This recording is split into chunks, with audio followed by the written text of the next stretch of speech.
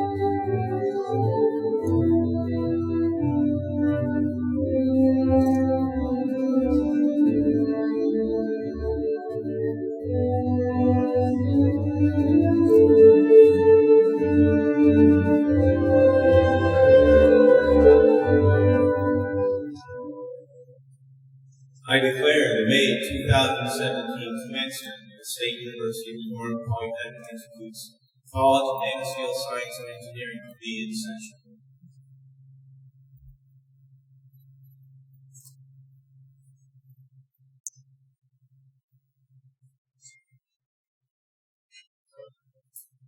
Good morning and welcome. I'm Mary Beth Lyons, Vice President for Student Affairs at SUNY Poly. Please remain standing for our national anthem. The national anthem will be performed by Caroline Torres-Lee.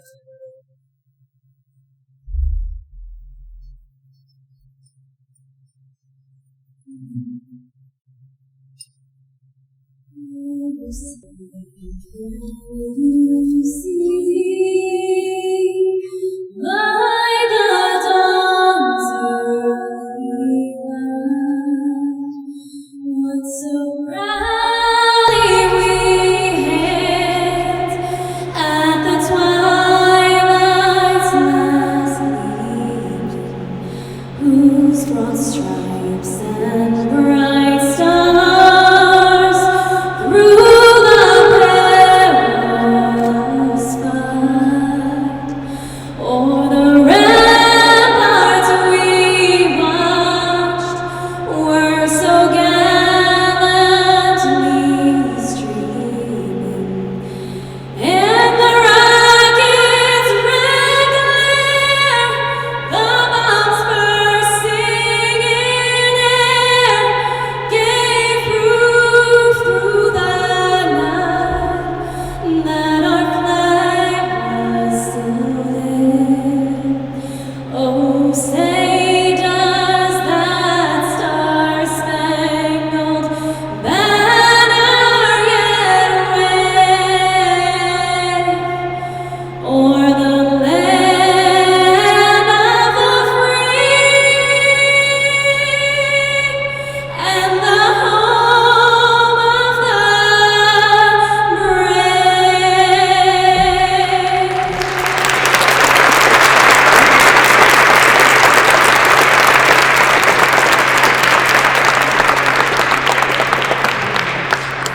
Please be seated.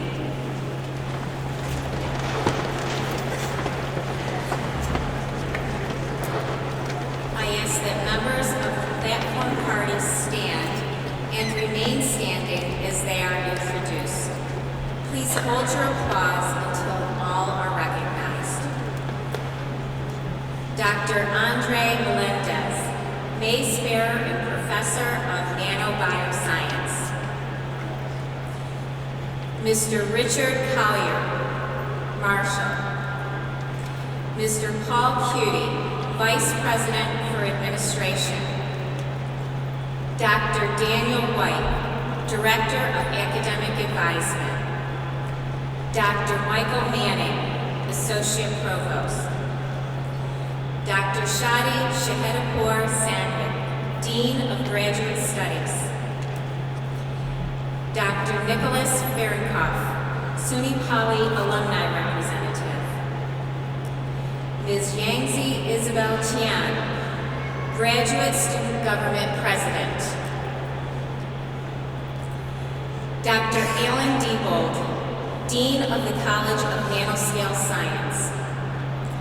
Dr. Michael Carpenter, Dean of the College of Nanoscale Engineering and Innovation and Chair of CNSC College Senate. Ms. Megan Getman, Registrar.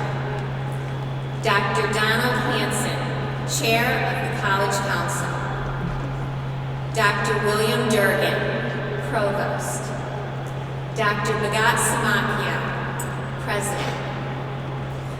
Ms. Anita Brown, India Corporation's Senior Marketing Communications Manager, Chair of the SUNY Poly Foundation, and 2017 Commencement Speaker. Please be seated.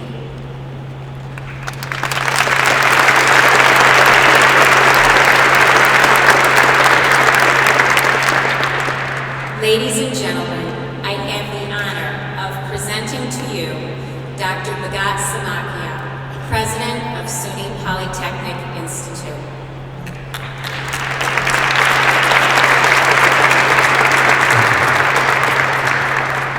Thank you, Mary Beth, and thank you all for being here today. It is my honor and my privilege to be here as interim president of SUNY Poly in this fantastic, beautiful facility on a beautiful sunny days in Albany. So my name is Baghat Samaki. I've been here as interim president since December. This year our school has seen some significant changes, and our class of 2017 lived through the same changes. Most are graduating from the school with a different name from the name it had when they entered. This kind of change can be tough, it can be stressful, but it can also be exciting. This is also a time of change, not just at Poly, but across the nation and across the globe. There's a lot of political change that is taking place. And this rapid change has an impact on everyone, whether you're going into engineering, science, healthcare, liberal arts, or education. This is a time of change for you as well. That's why I thought, when I was preparing my talk, I was wondering what I should talk about and how I can give you ideas that might help to inspire you or guide you. And I thought the best way to do it would be to talk about my own life and my own experiences. I see some worried looks. I'm not going to, I know that all great talks have one thing in common. They are brief. So I'm not going to go all the way back to the very beginning. But I'll tell you about my experience when I first came to the United States as a teenager and why I came back. So when I first came to the States, I came as a tourist. I came to visit my sister who was living in Memphis, Tennessee at the time. And I was immediately in love with this country. What inspired me and really got me very excited about being here wasn't the wealth, and it wasn't the highways and the infrastructure, and it was the people. And it was the fact that this society was a very accepting society. It was very inclusive. I felt people were friendly and wanted to know who you were. And I felt that this is a society that would give everyone an equal chance to accomplish everything that they can and are able to accomplish, regardless of their background, regardless of their name and country of origin and social status. And you may take this for granted, but don't. The rest of the world is not like that. So where I grew up in the Middle East, and throughout my travels in Europe and in the Far East, this is not something you should take for granted. This is the unique thing that many people have really fought for to make it happen. So it's something we should all treasure and marvel at and really appreciate. And as a young contemporary artist and philosopher once said, I think tolerance and acceptance and love are things that feed every community. That young artist is one of my favorites, and her name is Lady Gaga. So back to my story, I knew I had to come back to the United States, but I knew that if I was going to come back, I couldn't afford to come here and pay for my education. So I needed to qualify for a scholarship and come back as a PhD student. And I was not really an outstanding student before my visit. I was a good student, but not outstanding. And you had to really be top 2 or 3% to qualify for a scholarship. So this experience of coming here and falling in love with the country and wanting to come back changed me. I went back home and I was a different person. I spent every moment of my life preparing to come back. I worked really hard. I studied very hard. I did everything. Every single action I took tied back to my coming back here and being qualified to enter a program as a PhD student.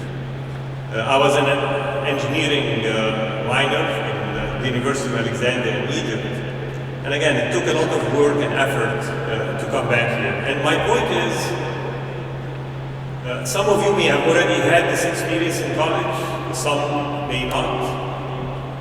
You need a transformative experience. You need to find something that inspires you and gets you excited and keeps you up at night and that you think about all the time, something you really want to do. If you haven't found it already, look for it, because it will make you deliver and perform at a level that you have never imagined possible for yourself. So, fast forward a few years, I managed to get a scholarship, and I came, like you, to SUNY School. I went to the State University of New York at Buffalo, which is what it was called back then. Now it's the University at Buffalo. I completed my PhD there, and then I went and did a postdoc at the University of Pennsylvania. And the 2 years I spent as a postdoc were the only 2 years that I lived outside of New York State. So I've lived the majority of my life in New York State. So after finishing my postdoc, I started thinking about my career and what I wanted to do. At that point of my life, I felt I needed to work in industry for a while to get that experience. I'd been a student my whole life till that point. So I went and got books on the best managed companies in the world, and I found IBM was on the top of every single list that I read. So I was going to get a job in IBM. It was that simple. I only applied to IBM. I wrote them a wonderful letter, sent them my resume, expecting that they'll hire me because I'm so great. And then something happened, which some of you may have experienced. I got rejected. I didn't get invited for an interview. I got a very polite letter saying your background is not a good match. And my background was not a good match. I had my PhD dissertation was environmental studies. I was modeling and worrying about ice melting in the Arctic if the air temperature rises. The problem, which is now a concern, but which nobody really worried about in the 80s, it wasn't a hot topic. And it had nothing to do with computers. But you know what? I really wanted to work for IBM, so I applied again. And I got rejected again, and again, and again, and again. So I got rejected 10 times.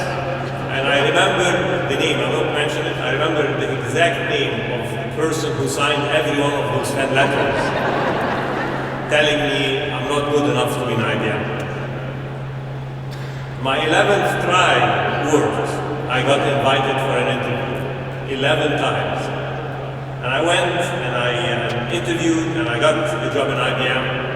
And I convinced them that ice melting has something to do with computers. I don't remember how I did it, but they got the vision. So Steve Jobs once said, your work is going to fill a large part of your life. And the only way to be truly satisfied is to do great work. And the only way to do great work is to do something that you love to do. If you haven't found it, keep looking, don't settle. I think that's great advice. So you are going to spend probably more time working than you spend time with your family. That happens to many of us. So make sure you find something that you really love to do. And if you don't find it, don't settle, keep looking. The years ahead are going to be full of challenges for you. And you'll be told no on occasion, you won't get the promotion you are hoping to get. And you may be told no for a new job or a new career. And the important thing is that when that happens, you need to have a really big reserve of self-confidence and inner strength. Because how you behave during times of difficulty will shape your life a lot more than how you behave when you're on top, when things are going well. So whenever you have a bad moment, you need to dig deep and respond appropriately. Today, the best jobs may not be in IBM or GE or Microsoft. They may well be, but they may not. The best jobs may be in a small startup company, or better yet, it may be a company that you start. So be entrepreneurial and really think out of the box. The important thing is to find something you're passionate about and that you will enjoy going to work every day. When I finally made it to IBM and had my career, I was very lucky because I had a manager who wasn't just a manager or a boss. He was a mentor and a leader. He was someone who led by example. A great leader accepts a bigger share of the blame when things go wrong. And at the same time, when things go well, identifies and recognizes the team that goes them to succeed. And a great leader is not afraid of taking responsibility and accepting risk. That's really important. And I'm not saying raise your hand whenever there's a big risky problem. Rationally, don't shy away from danger. Don't shy away from taking on the difficult challenges. Because opportunity very often comes with risk. So be prepared to accept responsibility and to take risk, to be honest and sincere and open, and do the best that you can. And when you're stuck, don't hide the information. Don't hide bad news. Recognize it, acknowledge it, and ask for help. And people will come to you because of your reputation and because of the fact that they know you're a winner and you're positive and you will work with them and recognize them when you win. After about 15 years at IBM, I was ready to come back to academia. And at that point, I started looking and I found a job at SUNY, at Binghamton University. And it was perfect. It was almost the same job I had at IBM. I worked on the same things. But what changed was the protocols. Working in academia is really different than working in industry. Completely different sets of rules. For one thing, I tell a lot of people when I switched, I felt like somebody had dropped me in molasses.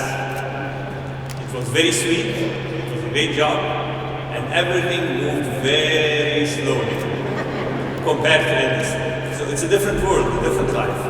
But you know what? The basic principles of integrity, honesty, accepting risk, taking responsibility for your actions, recognizing your team, work. They work everywhere. You can take them with you to any job, whether it's government, industry, or academia.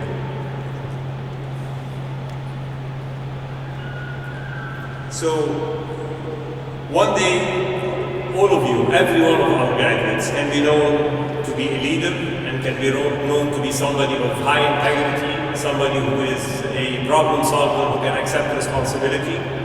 You just have to remember some of the advice I gave you today. If even a few of you do that, that would be the greatest gift I could ask for from the class of 2017. Thank you.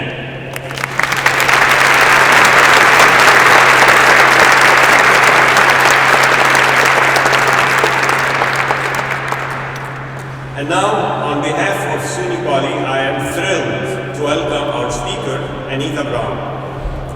Anita is Indian Corporation's Senior Marketing Communications Manager who joined the company in 2004. She has over 20 years of marketing experience in both the business and consumer areas. Ms. Brown graduated from SUNY Poly with an MBA in Technology Management. And while it has certainly served her well, she has also made a point to serve both the community and SUNY Poly. In addition to being an active community member, she is also the chair of the SUNY Poly Foundation Board of Trustees. Please join me in giving today's commencement speaker a warm welcome.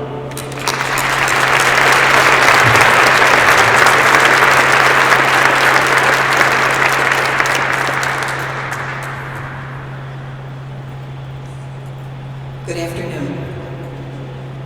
So, it's my job to send you off with a message of encouragement. Let's see, how should I begin? This is not the beginning, this is not the end, but the beginning. Education is not a destination, but a journey. No. You are the future. How about, you've got the education, now get the experience. No. But as much as we hate those cliches, there's a thread of truth in those words. You are starting on a new venture, a new beginning. Congratulations, you've just joined over 3 million students celebrating this day. What will you do to make yourself stand out? Internships, you say? Okay. According to collegerecruiter.com, about 75% of students graduate having done at least one internship. So an internship will put you in the top 75%. Pretty average. Now, I'm not knocking internships. In fact, just the opposite. I love them. I look for them when I hire young graduates. I hire interns as a way to test drive a new employee. My company has hired 10 summer interns for the past 3 years and kept at least 3 of them each year as full-time employees. Internships offer great opportunities for both employees and employers. But what will you do to make yourself stand out from that 75%? Well, internships offer you an opportunity to get your foot in the door. Mentoring provides you with the tools you need to keep it there, to open the door a little further, to let you into that inner circle. Mentoring is the oldest form of influence and knowledge sharing, starting with the ancient Greeks. Mentor was the trusted counselor and advisor to Odysseus. Mentoring is when one person actively and willingly passes his or her knowledge and wisdom on another person. This is not a passive process.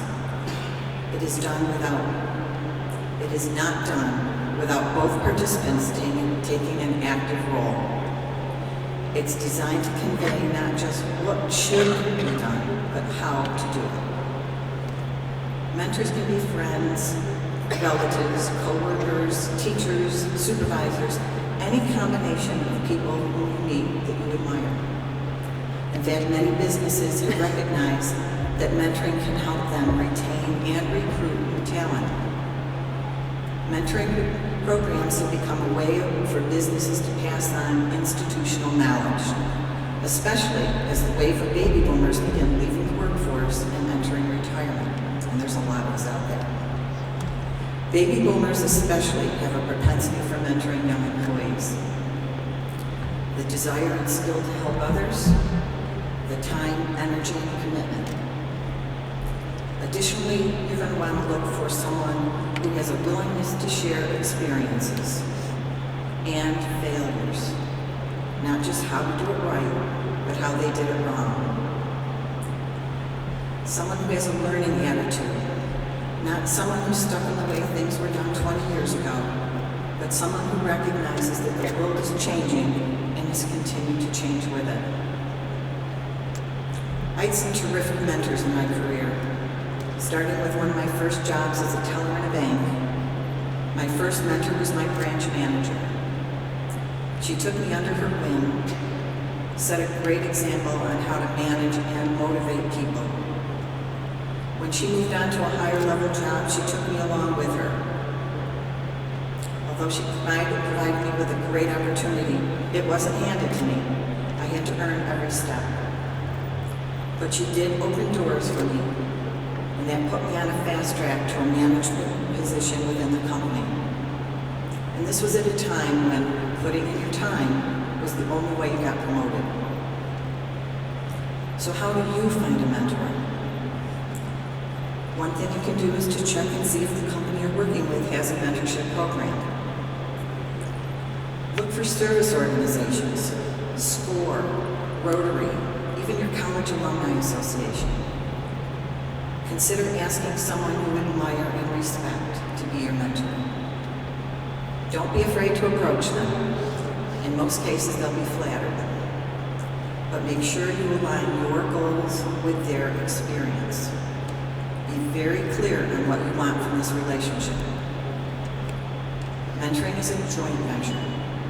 You can't expect the mentor to come and find you and lead you through the process. You're no longer a student. Take charge of the experience.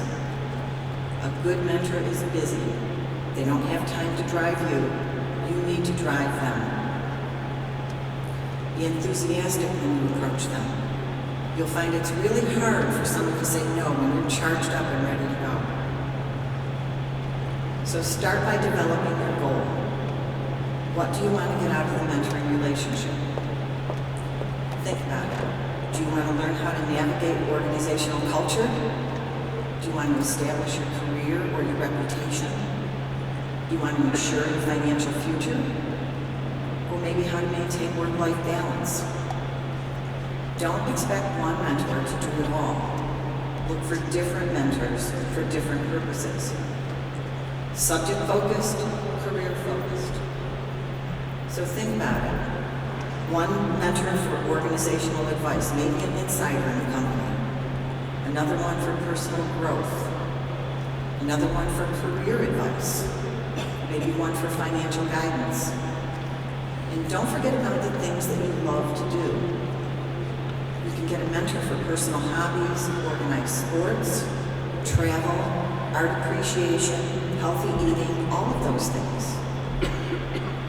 The key is to stay flexible. Be receptive to doing things differently, because that is growth. Be willing to try new things. Push yourself beyond your expectations. Do what makes you feel uncomfortable. And most importantly, commit to being absolutely honest and transparent with your mentor. Share with them and everything that you can as it relates to your job, your career, your personal satisfaction, your aspirations, as well as any issues you might have. They can't help you if you hold back. But when you combine expertise with interests that excite you, you end up with a career you love versus just a job. Of course, this won't happen on the first meeting. Mentorship is a relationship, and as with all relationships, it needs to develop over time, and real trust takes years. But remember, what you put into it is what you get out. So how will you know when you get there? Probably the first time your mentor calls you out on something you said or did that was not entirely truthful or authentic. When they make you look at things differently that moves you out of your comfort zone. That is when you realize that he or she knows you far deeper than you might even know yourself. That is when you realize that this mentoring relationship is far more valuable than you could ever have realized. My mentors helped guide and shape my career. They taught me how to be a good employee, a good manager, how to give back to my community and to others. And then the opportunity presented itself. I was asked to become a mentor in a school-to-business mentoring relationship. My first protege was a 7th grade student. Her mother was disabled, lived on public assistance, and could barely read. She had been identified as a high-risk student with potential. We met regularly for almost 7 years. I helped her learn how to study. I helped her learn how to eat out in restaurants, how to drive, how to complete her application and get into private school. She eventually graduated high school, went on to college, and is now a successful nurse living here in Albany with her husband and her 2 children. Since that time, I've mentored a dozen or more young women, including 4 Rotary Exchange students from Venezuela, Mexico, Poland, and Chile. They've gone on to become lawyers, accountants, engineers, and teachers. That is my legacy, and it can be your legacy too. Because at some point, it will be time to pay it back. Time for you to pass on what you've learned to the next generation. Because somewhere out there right now is a 7-year-old waiting to bump into your future self. What will you do when she crosses your path? Will you be worthy enough to be her mentor? You have the potential to be very powerful. It's now time to go out and be a force in the world. Learn from your mentors. Take what you learn and go out and change things and fulfill your legacy. And be ready for that 7-year-old because she's going to be looking for you. Thank you.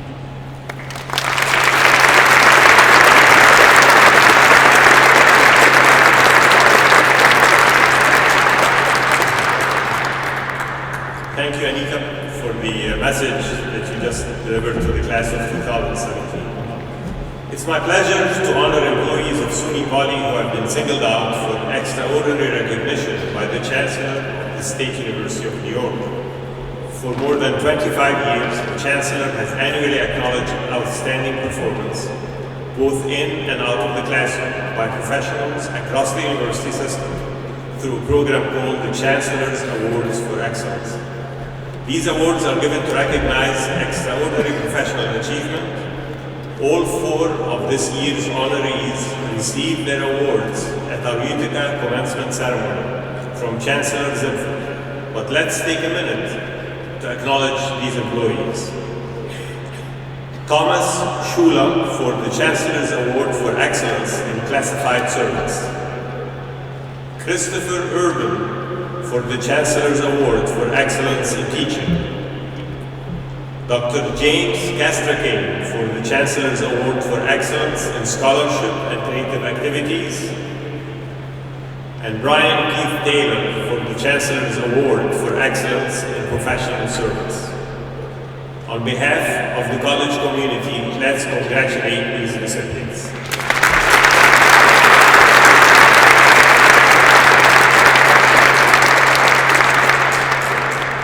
I would also like to recognize a member of the class of 2017. The prestigious President's Award is presented to a graduating student who has a distinguished academic record, has demonstrated leadership, and exhibits exceptional standards of moral character. And this year's recipient is no exception. We're talking about an outstanding student who performs well both in the classroom as well as in the lab and research setting. Majoring in nanoengineering, his exceptional skills as a leader are evident with each project, approaching those projects with great enthusiasm as well as great depth of scientific inquiry and interest. He has impressed his professors with his ability to take an abstract idea and formulate it into practical design. He has outstanding skills as a speaker, presenter, and writer. With strong work ethic and ability to work well with other students, he has assisted both undergraduate and graduate students alike. With his keen abilities in coding, continually impressing his professors with his ability to bring in the required physics and mathematics for the computational coding. When he presented a poster at the STEE International Conference of Advanced Lithography in San Jose, California, alongside graduate students and researchers with PhDs, his poster always had a crowd around it, and he happily explained his research to dozens of scientists clearly and professionally. Those crowds were astonished to learn at the time that they were marveling at the work of a then junior undergraduate student. Mature, polite, friendly, and extremely talented. We are confident that he will join one of the top research groups in the country and has a brilliant career in science ahead of him. Ladies and gentlemen, please join me in recognizing this year's President's Award winner, Liam Weisman.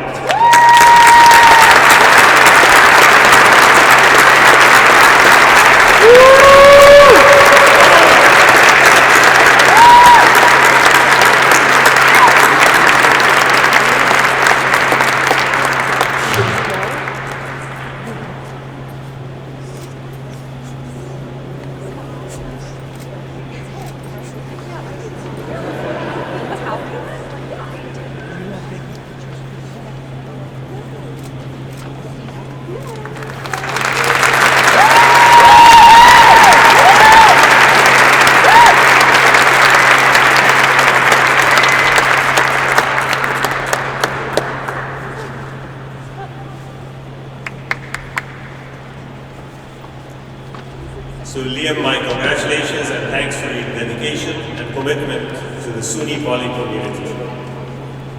And sorry about almost choking you while I was going to do that. So candidates for degrees, the moment you have labored so long and awaited with anticipation, and your parents have awaited this moment with anticipation, I'm certain, I ask the Provost to assist in the conferral and presentation. Please.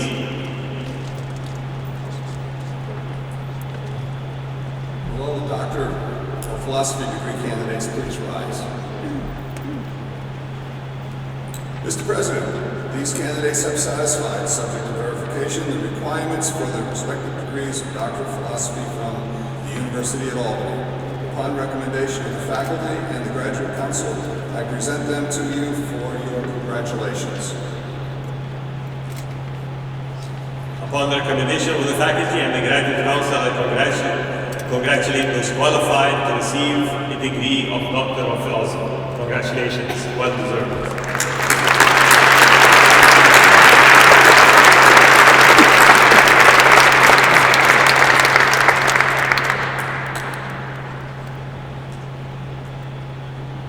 Please be seated.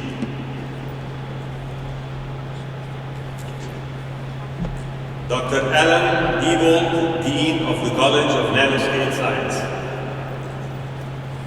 Mr. President, will the graduates for the following degree please rise? Doctor of Philosophy with a major in Nanoscale Science. Graduates, please move forward to be honored.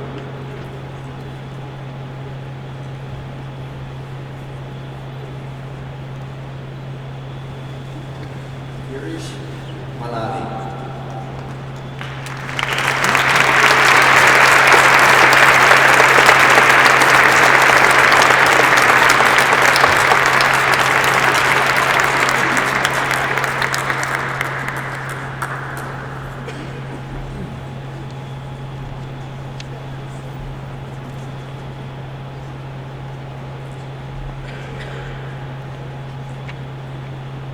Dr. Michael Carpenter, Dean of the College of Nanoscale Engineering and Innovations. Mr. President, will the graduates for the following degrees please rise? Doctor of Philosophy with a major in Nanoscale Engineering. Graduates, please move forward to be honored.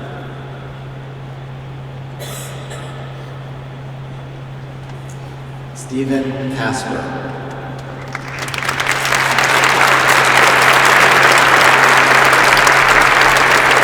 Karsten Beckman.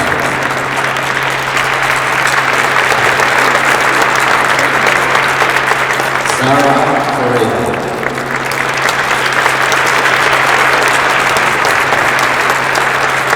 Jacob Jordan Terracina.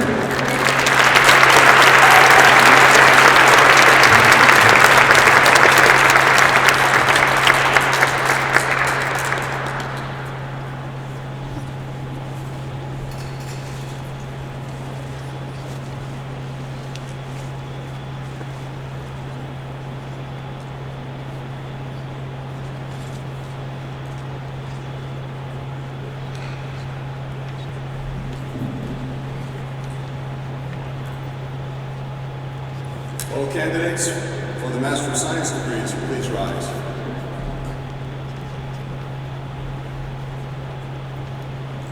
Mr. President, all of these candidates have satisfied, subject to confirmation, the requirements for their respective degrees of Master of Science. Upon recommendation of the faculty, I now present SUNY Polytechnic Institutes to you for conferring of the degrees, and the University of Albany candidates for congratulations. Upon the recommendation of the faculty and the Graduate Council, and by virtue of the authority vested in me by the College Council, the Board of Trustees of the State University of New York, and the Board of Regents of the State University of New York, I confer upon those qualified to receive a degree from SUNY Polytechnic Institute, the degree of Master of Science, with all the rights, privileges, and responsibilities pertaining thereto. And to those qualified to receive a degree from the University at Albany, congratulations.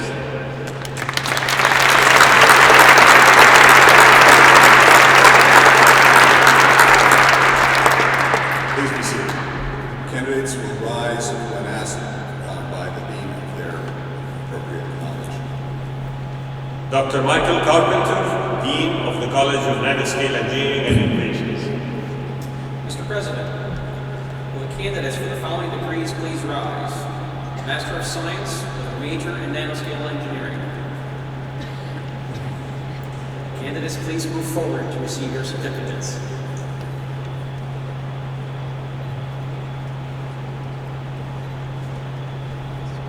Matthew Zata.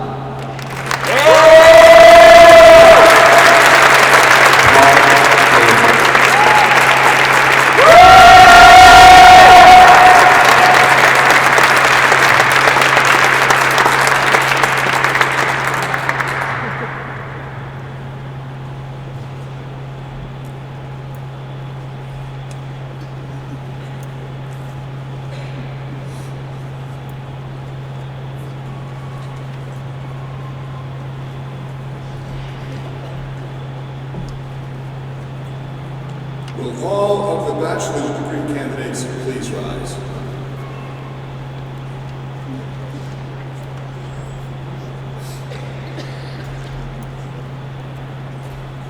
Mr. President, all of these candidates have satisfied, subject to confirmation, the requirements for their respective degrees of Bachelor of Science. Upon recommendation of the faculty, I now present the SUNY Polytechnic Institutes to you for conferring of the degrees, and the University at Albany candidates for congratulations. Upon the recommendation of the faculty, and by virtue of the authority vested in me by the College Council, the Board of Trustees of the State University of New York, and by the Board of Regents of the University of the State of New York, I confer on those qualified to receive a degree from SUNY Polytechnic Institute the degrees of Bachelor of Science with all the rights, privileges, and responsibilities pertaining thereto. And to those qualified to receive a degree from the University at Albany, congratulations. Please be seated.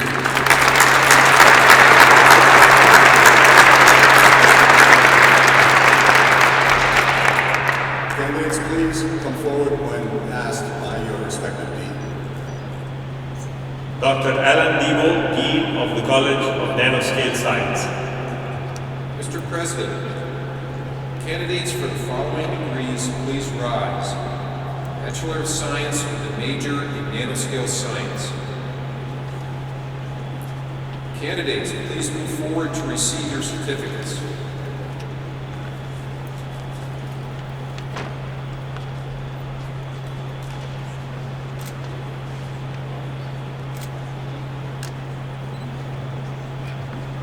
Nicholas Adam Panizik.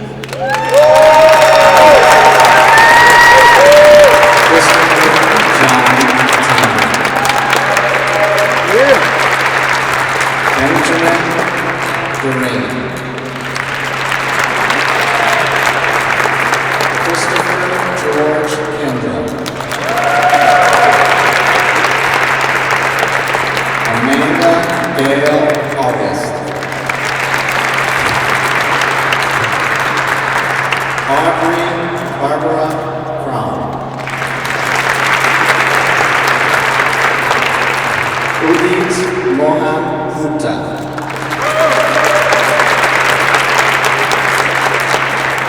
Philip Francis Blattner.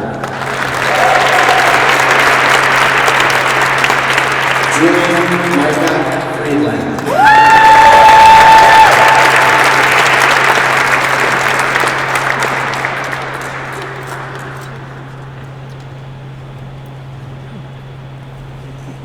Dr. Michael Carpenter, Dean of the College of Nanoscale Engineering and Innovation.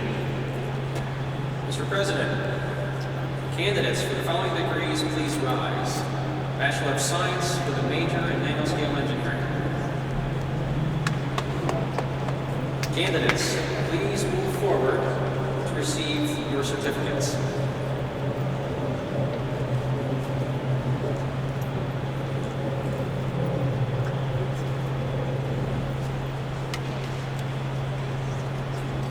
Lucas Martin Keel. Daniel Robert Rossellini. Matthew David Perry. Jesus Eric Ragland. Duncan Scott McCluskey. Levi Joseph Duchamp, Jr.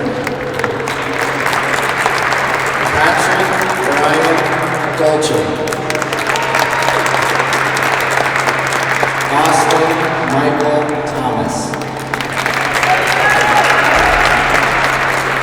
Alexander James Comerford. Daniel Stowe.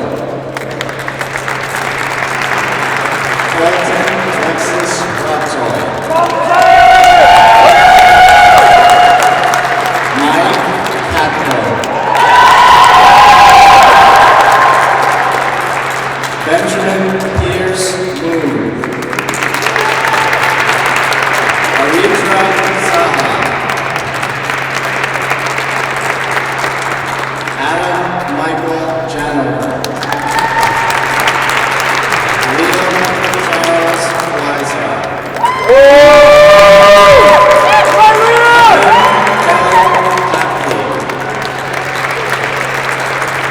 Sean Dennis Fedota. Daniel Matthew Syracuse. Casey Ann Peterman. Sean A. Tozier. Francis Joseph Coe. Matthew Norman Roberto. Zachary Peter Engel. Thomas Stephen Ferrara. Nicknad Raza. Nick Yoon. Matthew Harris Jaslow. Munzarin Rudin. Rita May Sperry. Davina Curry. Benjamin Carl Godbart. Isaiah Corey.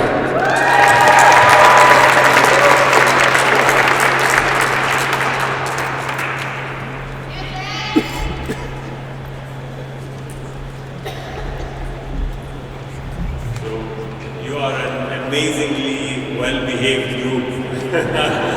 We finished the ceremony without any selfies on stage, no beach balls. So please welcome Dr. Nicholas Farrett, Prof, alumni representative.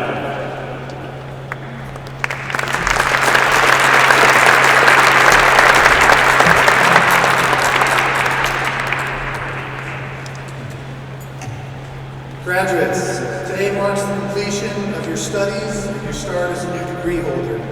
It is our hope that you will always be proud of the SUNY Polytechnic Institute, just as we are proud of you, and that you carry the name of this institution with you as you find success in the future. As students, you've had the opportunity to shape the direction of SUNY Poly through the Student Association. Now as graduates, you can build on this legacy through the Alumni Association. We hope you'll become involved as we address alumni needs and help shape this institution for the years ahead. Now, will all graduates please rise?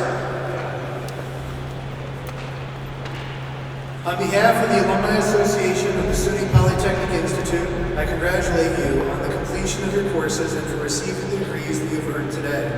It is my privilege and honor to lead you in a tangible gesture that symbolizes your passage from the status of students to that of alumni.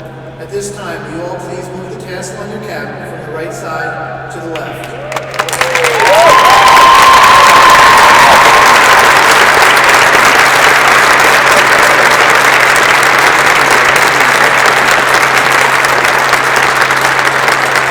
Congratulations, and welcome to SUNY Poly.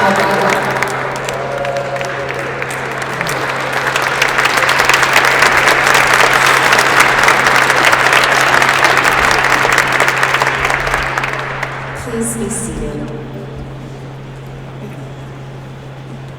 At the conclusion of our ceremony, you are all cordially invited to a reception and enjoy listening to our own Nano Jazz performing during the reception.